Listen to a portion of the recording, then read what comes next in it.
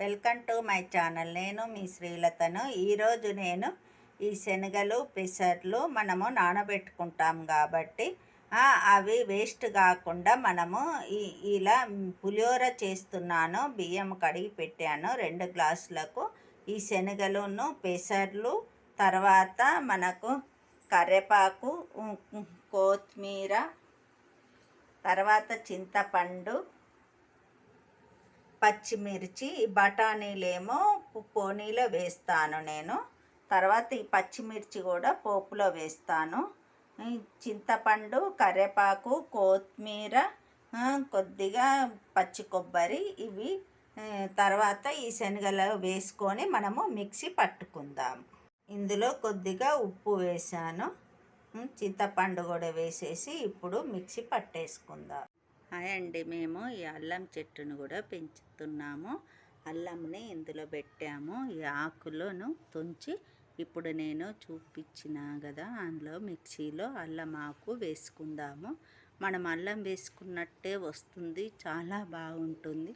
మీరు కూడా ఇంట్లో పెట్టుకోండి, ట్రై చేయండి. చాలా చాలా బాగుంటుంది. అల్లం లేనప్పుడు ఇలా మనము అల్లం ఆకులతోటి కూడా చేసుకోవచ్చు.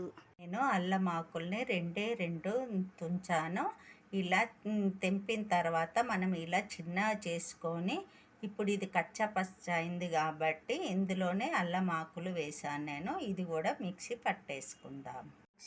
ఇలా మిక్సీ పట్టుకొని మనం పక్కన పెట్టుకుందాము. ఇప్పుడు మనము పోపులో ఏమేమి కావాలో చూపిస్తాను. పులిహోర కావలసిన పదార్థాలు: నూనె, తర్వాత బఠానీలు, పల్లీలు, శనగపప్పు, మినపప్పు, మళ్ళీ పుట్నాలు, గుండు పుట్నాలు తీసుకున్నాను నేను. మనము మిర్చి వేసి మిక్సీ పట్టుకున్నాం కాబట్టి నేను 2 మిర్చి పెట్టుకున్నాను. ఎండుమిరపకాయలు కూడా 2 పెట్టుకున్నాను. వీటిని విరిచి మనం అందులో పోపులో వేద్దాము.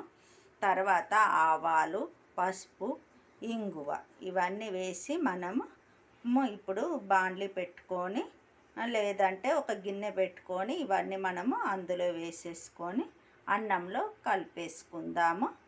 ఇది నేను ఫస్ట్ మిక్సీ పట్టింది ఉంది కదా, ఇది అన్నం పైన వేసేసుకొని కొద్దిగా ఉప్పు వేసుకొని దీన్ని కలుపుకుందాము. కలుపుకున్న తర్వాత అప్పుడు పోపు వేసేసి కలిపేసుకోవాలి. మీకు చూపిస్తాను. మనము ముద్ద చేసుకున్న దాన్ని ఇట్లా అన్నంలో వేసుకొని ఇలా ఫస్ట్ కలిపేసుకోవాలి.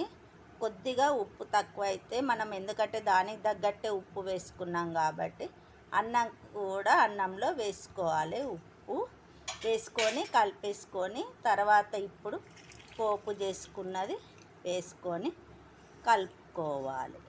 పులిహోర రెడీ అయిపోయింది. మీకు కావలిస్తే పైనుంచి మీరు కొత్తిమీర చల్లుకోవచ్చు. నేను కొత్తిమీర, కరివేపాకు వేసి మిక్సీ పట్టానని నేను అవి వేయలేను, మీరు వేసుకోవచ్చు కావలసిన వాళ్ళు. ఇప్పుడు రెడీ అయిపోయింది. మా బాబు తిని ఎలా ఉందో చెప్తాడు.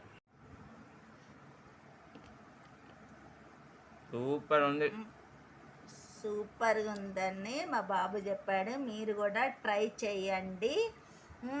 ఇలానే చాలా బాగుంటుంది. మీరు సబ్స్క్రైబ్ చేసిన వాళ్ళు లైకులు చేయడం లేదు. సబ్స్క్రైబ్ చేసిన వాళ్ళు లైక్ కొట్టండి, చెయ్యని వాళ్ళు సబ్స్క్రైబ్ చేయండి. ధన్యవాదములు.